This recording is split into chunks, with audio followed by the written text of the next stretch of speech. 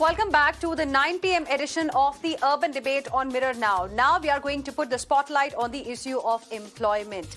A quarterly employment survey released by Labour Ministry covering manufacturing, construction, trade, transport, education, health, accommodation, restaurants, BPOs, etc., along with financial services, is shedding some good hope for all in terms of employment level in the country. According to the second round of the Union Labour Ministry's quarterly employment survey, the estimated number of jobs in 9 key sectors, including manufacturing, education, health, and few others, has increased by 2 lakh. 2 lakh jobs have been added. Now, this data is for July and September quarter, July to September quarter, and the number, in fact, of jobs has reached to 3.10 crore between July to September last year. This was the time when the second wave of COVID pandemic had subsided to some extent compared to the previous quarter. According to this report, the manufacturing sector posted the maximum growth at 39.1%, followed by education at 22% and then health at 10.8%. The opposition, meanwhile, has raised some questions over this report and claims it to be otherwise. Congress leader Rahul Gandhi even took to Twitter today to question the centre over rising unemployment and said that Prime Minister must answer on this particular issue. So let's ask the experts if these survey results are really signs of revival in the job market. How should we really read this data amidst the pandemic that we are all in? Joining us on the broadcast this evening is Professor Arun Kumar, Institute of Social Sciences and retired Professor of Economics at JNU. We are also joined by Praveen Khandelwal, Secretary General, Confederation of All India Traders, Deval Singh, Vice President, Team Lead Services, also joining us on the broadcast this evening. Soon we will be joined by Professor Santosh Mehrotra, Economist, Visiting Professor at University of Bath, UK, and also Professor Aman Agarwal, Director, Professor of Finance, Dean at Indian Institute of Finance and Executive and Editor, Finance India. Thank you very much, all of you, for joining us here on Urban Debate on Mirror Now. Professor Arun Kumar, let me begin this discussion with you. A couple of days ago, we had the data coming from CMIE that largely told us how the unemployment scenario in the country was. And now this is the official government data for the second quarter, July to September. How do you see this data? Do you see it as a ray of hope? So, it is expected that when a lockdown or partial lockdown that was there in the first quarter that is eased, then business will begin to revive, jobs will start getting created. So this is expected. The question is, are we adding more than what we had before the pandemic? That's the real issue. Because you see, before the pandemic itself, the unemployment rate had reached the high of 45 years in terms of percentages. The second point I like to make is that you see in India, the unemployment data is very, very problematic. Because in India, you don't have social, security. So if you lose a job, it's not that you are going to get social security and therefore you don't need to work. So as soon as you lose a job, you start looking for something, you do some self thing, you drive a rickshaw, or you push a cart or do a headload work. So you get counted as employed. But this basically is really a problematic thing because you get only a few hours of work in the day. So there's a huge amount of underemployment that's there. And in agriculture, there's disguised unemployment. Now, our employment data doesn't capture this problem that, we have a lot of disguised unemployment in agriculture. We have a lot of problem of underemployment in, the thing. Then the unorganized sector, which has been hit very hard, we don't really have a good handle on that. And that data really needs to be looked at because the organized sector can do well, organized sector can improve. So in India, you have two different sectors, the unorganized and the organized. And within the organized also, there are those sectors that were doing well. For instance, as was mentioned, IT sector, telecom sector, and so on. But there are other sectors that were not doing so well. So I remember the data from July, August of last year, when the consumer survey of the RBI showed that the consumer confidence was at 55.5, whereas before the pandemic it was at 105, so it was less than half. And similarly, the capacity utilization in industry was at 63%, whereas before the pandemic it was at about 72%. So given that capacity utilization had not recovered, so investment is not going to recover, and the consumer confidence, if the consumer confidence is not there, then capacity utilization will remain low.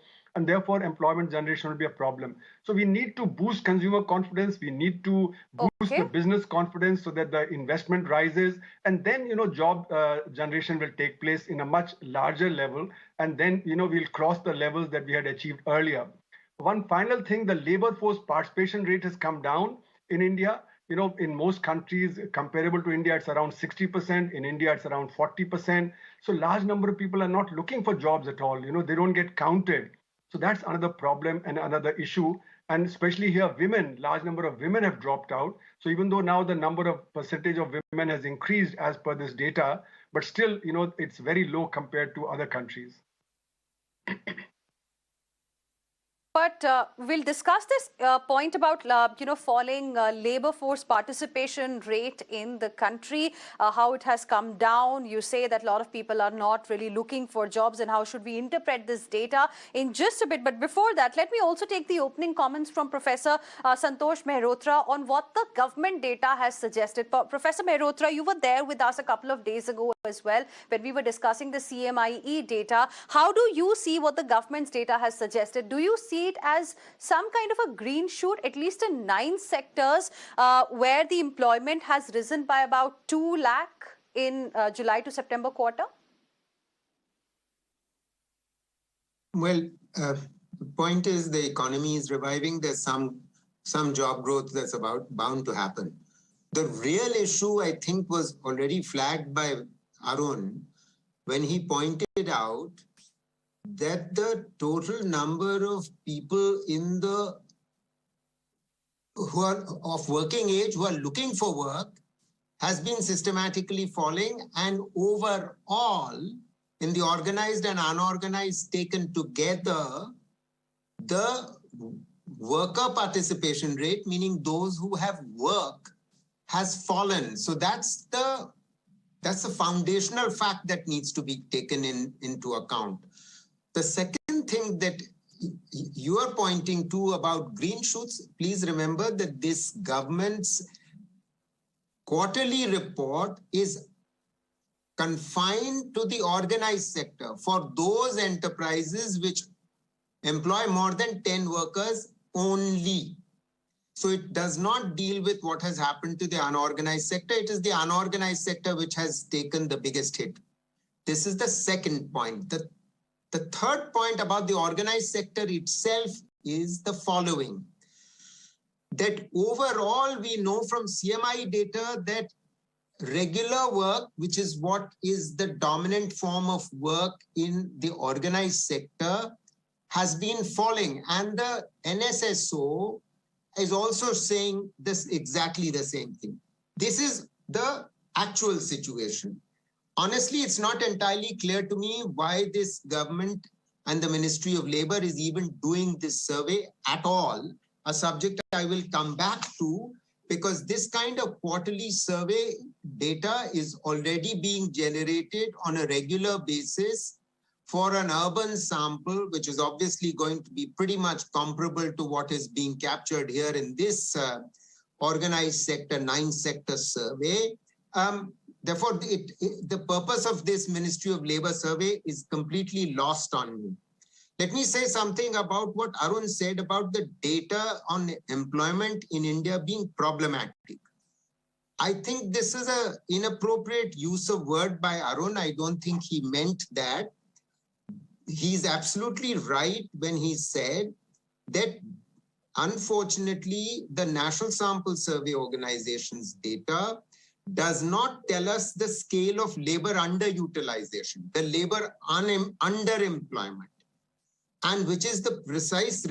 I'm actually a member of the Standing Committee on Economic Statistics of the National Sample Survey Organization, and we have recommended to them, and they have accepted that what they need to do is to adopt an internationally accepted format so that labor underutilization is captured. We currently tend to focus our attention on a 365-day recall period as opposed to a 7-day recall period. We have to focus on a 7-day recall period, which is the international standard. And we have to add questions about labor underutilization. But the bottom line is Hina, that this survey is a very partial survey. It's an extremely partial survey. It's only about the organized sector, point one, and that too only about 9 sectors. And honestly, I was looking at its design, and I think there are real issues about the way it is. Can I play the role of devil's advocate here, Professor Mehrotra? You say the survey is partial, then you also say the survey is also about 9 sectors. So can we at least see the glass half full here? I agree with what you're saying about how there's a lot that needs to be done, the unorganized sector, how it is doing, the issue of labor underutilization is not getting captured in our data. That's also a very important aspect. But talking about this data specifically, Professor Mehrotra, hear me out. What I'm trying to ask you is that at least this data is telling us what is happening in 9 sectors. Even if it's the organized space we're talking about, can we at least see it like that? No, because it is contradicting a much bigger sample survey of the CMIE, which is showing very clearly that the organized sector jobs in regular jobs are actually falling. They are continuing to fall. I'm sorry, this is contradictory. That's the point I'm trying to make. Please try and understand that this is an extremely partial and designed survey. You call it a partial survey. Now, they were saying, I want to understand from you about the data. Okay, and a badly designed one too. Got your point, sir. They were saying, I want to understand from you, firstly, how do you see this data? Is it reflecting what's happening in the 9 sectors, or you believe it is, probably partial and a badly designed one, as being said by Professor Mehrotra here on the show? So, Hannah, I do believe that when I look at its data, it kind of resonates with what is happening in the market. One of the core jobs that I do at Team Lease is to supply jobs, and it's my job is to give jobs. And I can actually resonate with the data of the government that the Q2 of this year has been quite bright. Of course, there will always be a comparison that, we had a glim here and we had a very bad Q1 because of restrictions. Thus, Q2 would look brighter, but overall, there has been a positive movement in almost every sector, and including the sectors that the government is talking about. While TeamLease does their own data analysis, and we have our own reports that come out, Henna, and it kind of tallies with what the government is talking about. While for us, the sectors that did brilliantly well and are still doing well is tech. I'm sure most of us are very well aware that right now, Bangalore is more expensive than Silicon Valley when it comes to manpower, and that hike and that rise is going to continue. We have e-com, which is doing brilliant right now, and that push of the digital world is exactly the reason why you're seeing tech startups, e-com services that are really picking up. We are looking at a growth of almost around 20 to 30%, and it's unprecedented. And all of these sectors have come into play. You have to keep in mind is because of COVID. COVID has pushed digitalization, and these are the sectors that are booming as the year progresses. So yes, there is a positive sentiment in the market, and there are sectors which were not really doing very well before COVID that have become the bright spots, whether it's healthcare, whether it's education, whether it's tech startups, whether it's e-com, even telecom, as a matter of fact, is doing brilliant for the fact that we are looking towards 5G launch, we are looking at IoT, and all of that requires manpower. While there will always be a debate around the organized sector and the unorganized sector, which I agree with the panelists that there is a bit of a unbalance between the two. But what you see in the labor participation movement, that there is a reduction in those numbers, you have to keep in mind that COVID has pushed in skills which are very different from what we are traditionally used to. And that skill mismatch and that learning of new skills is going to take a little time. So that could also drive a bit of low participation in the market. But I do believe that corporates and companies are investing in ensuring that those skills get into the into the labor workforce, whether it's the government, whether it's private sector. And that's going to lead to ensure that there is always employment happening, and there is a constant rise happening across sectors. So going back to your core question, Henna, I do believe there is a positive sentiment across sectors. I do believe that government's report kind of resonates the team lead's report. But yes, there could have been more sectors captured, especially under manufacturing, which looks very ambitious in the government report. And we do believe that manufacturing took quite a bit of hit during the COVID year, but now it's settling in and things are looking brighter for that sector. Okay, so you are of the view that probably this indicates that some green shoots were visible, at least in the second quarter. Of course, we'll have to see what happened in the third quarter, because then Omicron came into our lives and into the job market as well. Now, Mr. Praveen Khandelwal, what is your reaction on the data that has been released by the government? Is it indicating what's happening on the ground? Is it in some way reflecting the reality?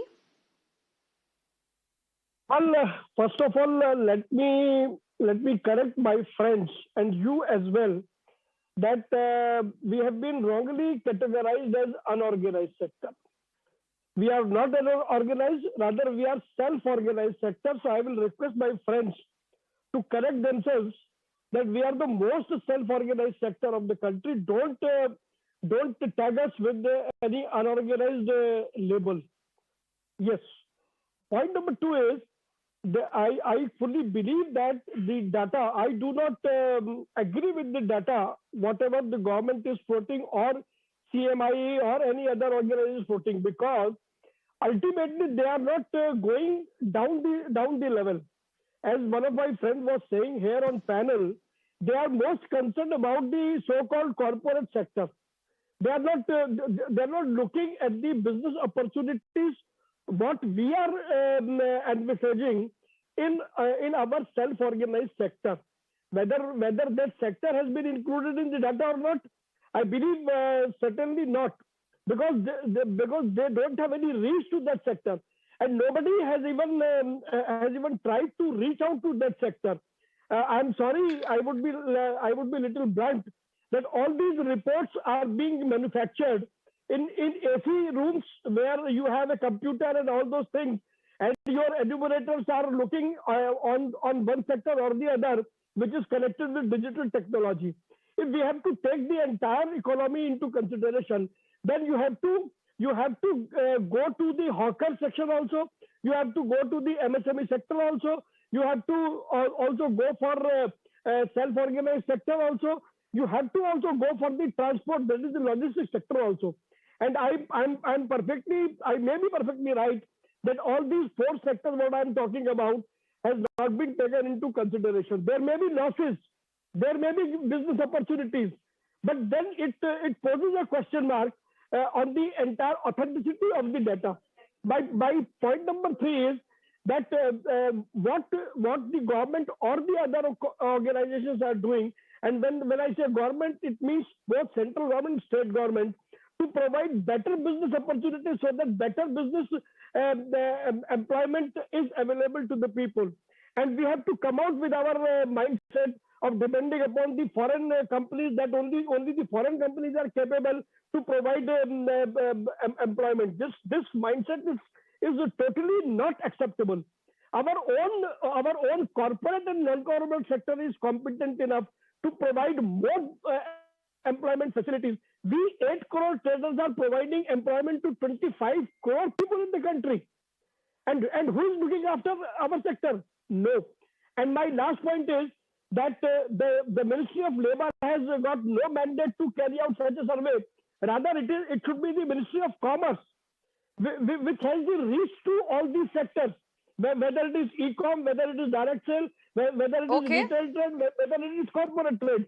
So therefore, my humble submission is that these data are those data which can easily be manufactured. These are not the real data, and if for real data we have to go down the level.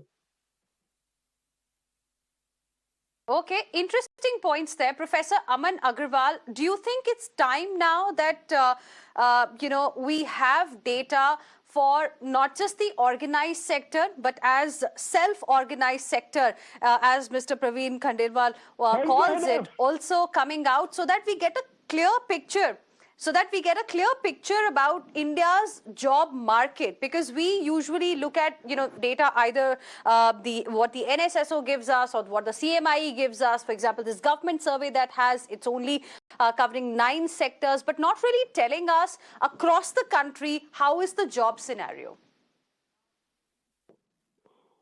I agree with you that the wider the database which is there is always better to have and be able to calibrate and understand what is the exact scenario. But you have to have a beginning somewhere and then you expand the data set. It is not that day one can you expand the data set. Like Shantosh said, it's 10 numbers and more of people employed survey data which is being considered. Certainly, hopefully going forward they will go down. I remember when the government about 2 to 3 years back came out with startup data and the IPP came out and a couple of other agencies came out, then large number of people started saying it's only startup. What startup data are we talking about? How much do they really employ? What is the kind of base are they employing on? So you see, every data can be criticized on one point or the other. And there is no data, to the best of my knowledge, anywhere in the world which can capture all the possible aspects. And specifically in a country, such a diverse country like India, where we are not known for only one particular sector, but for hundreds of sectors. In fact, within sectors, there are their own sectors which are there, which have grown big now, and they want to quantify themselves as independent. Like my colleague just said, so instead of calling them as unorganized. So which is in a way, very good way of putting what you want to communicate. But the question is, what are we wanting to look at? Are we wanting to see and see how does it really make an impact? And we are here, at least we are able to see the data as also, Arun talked in the beginning, that there is a positivity which is visible. There is, Santosh also said, there is growth with rebound factor. So at least finally there is a fact that everybody has started seeing that there is a rebound factor, there is growth in the economy. And this data is also in consensus with some of these factors of growth which are being projected. The very fact that the GDP numbers have been consistent with what RBI has been projecting, which had fairly a large variation in the earlier years, but now we can see clearly the projections are coming to almost the same level as they have been projecting, is clearly an indication that the data crunching, the way the data is being looked upon, is well done. It is not that it is a half-cooked kind of a work. Certainly, as I said, any data can be questioned. Fortunately, these 9 sectors are being considered. The number of firms is not that large, but fairly a good number in terms of data set. We can certainly expand it, and I think the government will do that.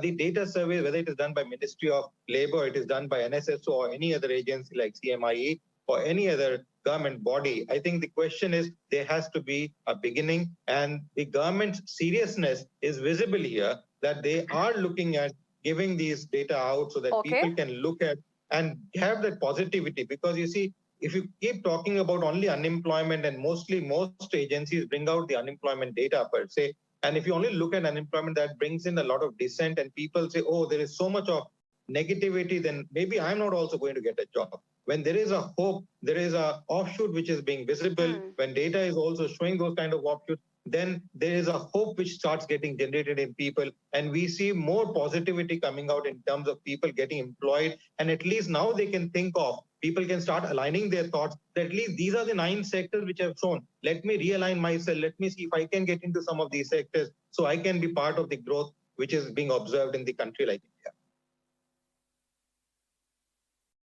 India. Interesting point of view. Mr. Praveen Khandelwal wants to make a point. 10 seconds only, sir.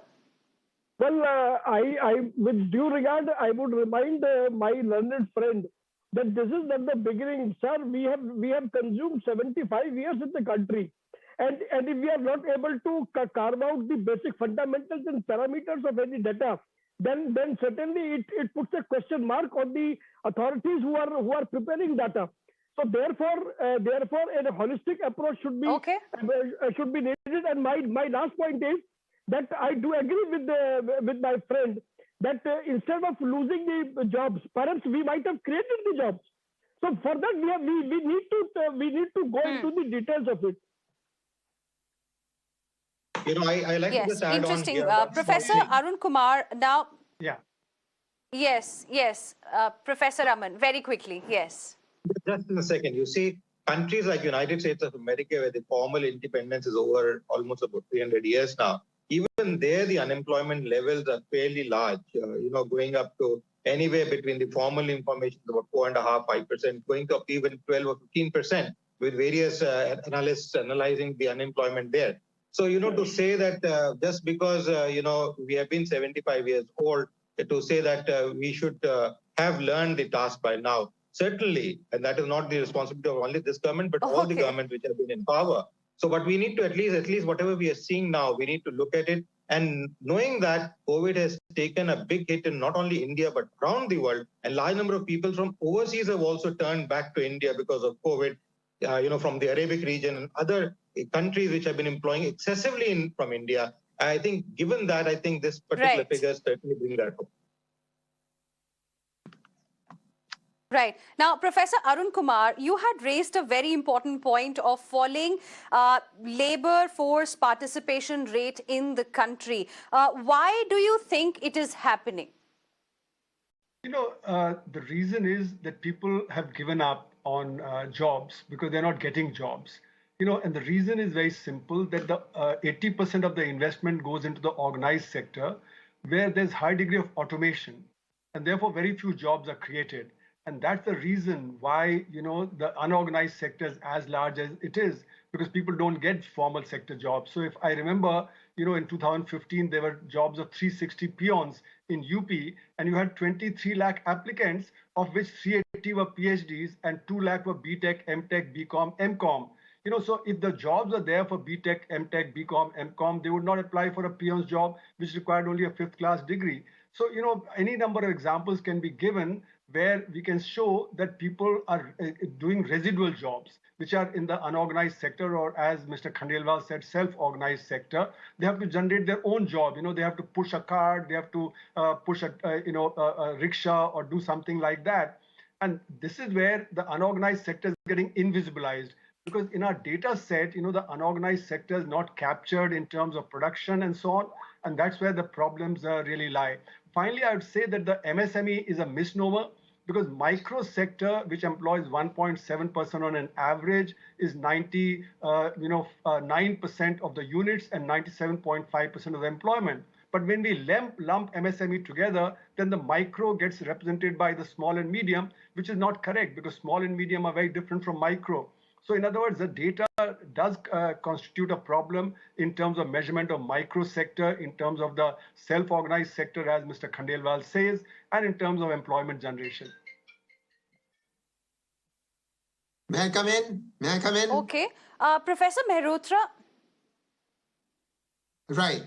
Yes. Professor Mehrotra, what is your opinion on, falling labor participation rate?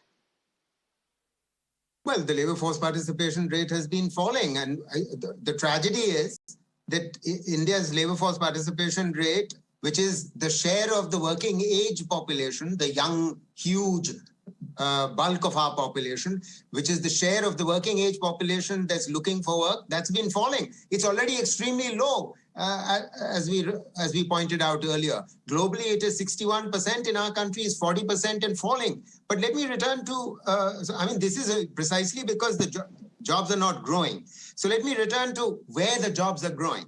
So the team leads person rightly pointed out that there are certain subsectors in services, certain subsectors in manufacturing, which might be showing green shoots. Startups, food tech, fintech, edutech, health tech. Yes, of course, they are showing some green shoots. No question about it. Some jobs are growing there.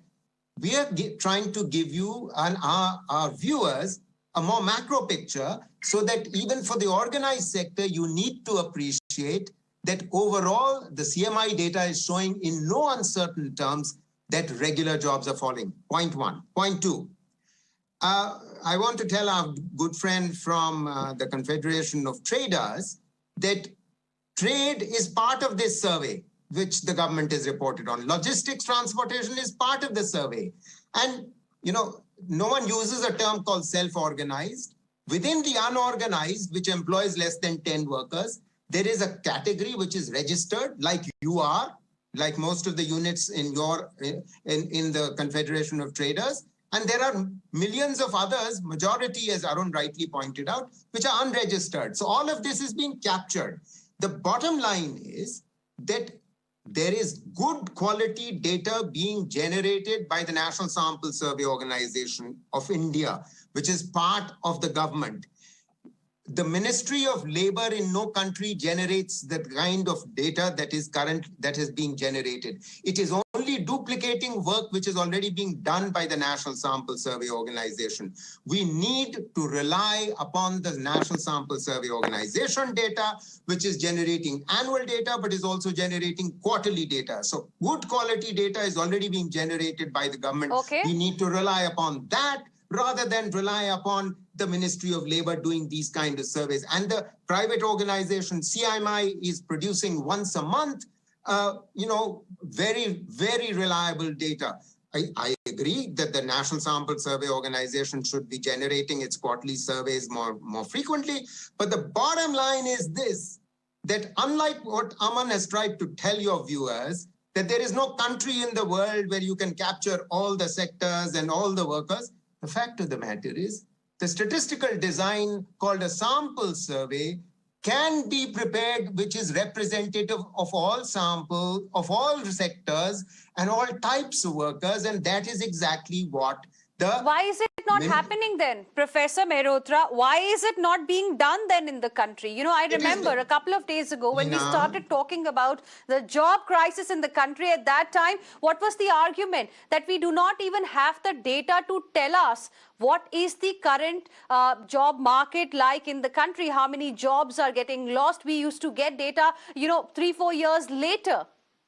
But now at least some kind of data has started coming in. Why, in your opinion, it's not happening? Sorry. Yes. That's completely mistaken view. That's a completely mistaken journalistic view. I'm telling you that for the last 3 years, the government, the Ministry of Statistics, the National Sample Survey Organization has been generating annually a survey. Point 1. Point 2, it is also generating. I'm not talking about what happened in the last 3 years. I said a couple of years ago. I did not talk about the last 3 years. Of course, last 3 years, data has started coming quite regularly. EPFO data, NSSO. No, hear me out, Professor Mehrotra. You questioned my journalism. Let me tell you, a couple of years ago, I'm here talking about 4 to 5 years ago. At that time, we did not have proper data coming out from the government side that could tell us how is the job scenario in the country. The only data we would rely on was what CMIE was bringing to us every time and what Team Lease and other such institutions were bringing to us. You are right. Hina, you are absolutely right. But that situation has changed dramatically in the last 3 years is what I'm trying to say to you. That there is now an annual survey being brought out by government. In addition, there is a quarterly survey. Why is the Ministry of Labor bringing out yet another quarterly survey? In addition, the CMI is bringing out, once a month, the data on employment. We have good, solid data, including on labor underutilization. CMI is actually generating data on, the underemployment that Arun was talking about. So we are perfectly capable of doing it. I am making a larger point that unfortunately the picture is unnecessarily being muddied by the Ministry of Labor by generating this new quarterly survey, which cannot be compared to anything that the government itself is preparing. That's what I'm trying to say to you. It doesn't give you a complete picture of the very sectors that it is trying to look at. It doesn't even give you a complete picture of the organized within that. Yeah, this is the problem I'm raising about this data. Yeah. The government's doing a Mr. thoroughly Praveen good job Khandelwal about wanted to come in while you were data. speaking, Professor Mehrotra. Well, Finally, the data again, is being collected, sir, at least. Yeah, Even if it again, started 3 years ago. Again, I would like to disagree with my learned friend Of course, what he said that every sector has been taken into consideration might be there. There may be a cosmetic touch, but I represent 40,000 trade associations in the country. Not even a single association told me that one enumerator has come or NSSO has contacted them. So they have contacted whom? This is the basic question. Precisely my point. Badly designed survey. Precisely my point. Badly designed survey. So a better sample size that covers more and more sectors is what the government must also consider. That's an important point. I would also now go across to Deval Singh. Deval, talking. Sir, one second. They will now, as Professor Arun Kumar had mentioned earlier, I really want you to tell us what could be the reason behind the falling labor force participation rate, because that's a cause of concern. It's something that even CMIE has raised many a times, that, large number of people are not even looking for jobs. What is the reason? Is it because they are starting their own businesses? Because we don't know what's happening in the so-called self-organized sector, as Mr. Khandelwal is calling it. Why have people stopped looking for jobs? Is it the COVID impact, or there's something else, or AI eating into their jobs? I think there are multiple factors, Henna, in this. I think you've touched upon quite a bit of it, and I do agree with you to a certain extent. I think when I was talking, some time back, I did tell you the digitalization push and the digitization push is reducing jobs in the market. And there's a skill shift that is coming into play, that all of us are not equipped to really do those jobs. And that might be the reason why the youth of India might be feeling a little intimidated to get out and do what they need to do to seek a job. On the other hand, COVID impact is true. I mean, you are used to working from home, you're used to having this, laid back life per se, and to get yourself back into the game takes a little while. And that impact is also being seen into the market, where people are not really aware that the boom is there, the requirements are there. Get out, do your bit, and you will get a job. And I do believe one thing that I don't think we've discussed so far, but you did touch upon it, is female participation ratio. That has drastically and dramatically gone down, which is also impacting the overall participation number. For the fact that women this year did resign a lot, they kind of took a step back from whatever careers they had because of extreme amount of domestic pressure and pressure at work, which also played in the overall participation of labor force in India.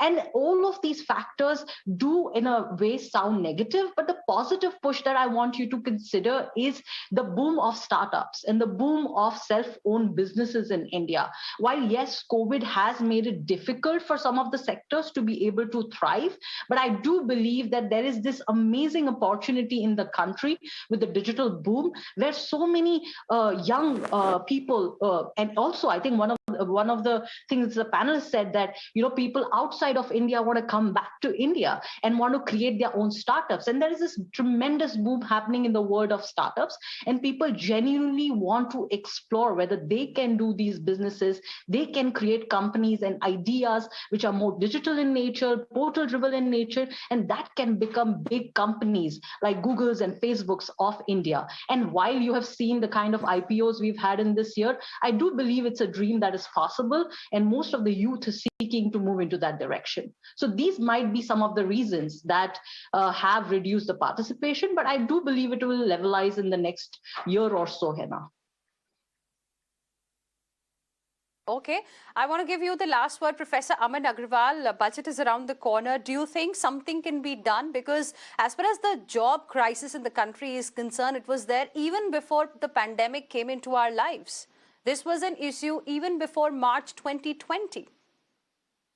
You see, the thing is, the jobs is a key concern area, not only for India, but all economies around the world, and not for now, for almost over 100 years now. It's not something which any government could come out and say that we have done the bit in terms of creating the required jobs which a country needs. But certainly there are steps which are being taken, and certainly this labor force participation which has gone down is also a resultant of the large number of startups, as my colleague just said, going up due to COVID pandemic, the IT bubble, which has taken place, or the IT services which have been growing up. And that's where we are seeing a huge chunk. And this government did try to bring that up in terms of their Startup India program as to how the large number of entrepreneurs are seeping in, where one employee, 2-member team, 3-member teams are actually creating new businesses, new structures, and trying to contribute. And when they were being made a laugh upon because they said, oh, that is not what gives boost to an economy. What gives boost is the other sectors. Now the government, the Ministry of Labor is trying to bring out that sector as well. So it's a question of combination of some of these information. But just one more point which I wanted to make for people here, what Arun talked about, wherein he said large number of applicants which are even very highly qualified coming to a very low-level job. 3 years back, one of my colleagues standing outside the authority heard from the PM there that, he has not made his buck for the whole month because he earns about 2 lakh rupees per month apart from his salary. Now, that is what makes a kick where people want to join in as a PN. I, as a professor, do not make that salary which he is making per month off the records. Now, this is something which is making people to move to some of the government jobs in this country, and not because they have PhDs or they have masters or they have the qualification which is required for that job. So we should not confuse ourselves and confuse the people of this country that why people look for a government job. There are a large number of factors which are there responsible for it. But the good part is the way we see growth, we are seeing. Well, that's an important point of view that you're raising. That's an important point of view, Professor Agarwal, that you have raised. But of course, there are many who do go looking for jobs because they don't have a fixed monthly income. They are highly qualified, but unfortunately, they've not been able to get into the job market. They've not been able to get a job of their choice, and they have no other option left but to be in queue to either become, a peon or probably take, these kind of jobs which do not require you to be either a PhD or even have a master's. But that's the situation, and we really hope that something is done to solve that concern as well. Thank you very much, all of you, for joining us here on this debate on Mirror Now. Professor Arun Kumar, Professor Santosh Mehrotra, Praveen Khandelwal, Deval Singh, and Professor Aman Agarwal. Very interesting suggestions were given, very interesting points were made by our panelists as well to help us understand how exactly is India's job market. Of course, there are certain green shoots in some sectors. That's what most panelists seem to agree on. But a lot needs to be done. And we also need to figure out somehow to, understand what's happening in the unorganized or self-organized sector as well. I appreciate all of you for joining us here on Urban Debate. Heading into another very, very short break. There's lots lined up for you on the other side as well. Stay with us.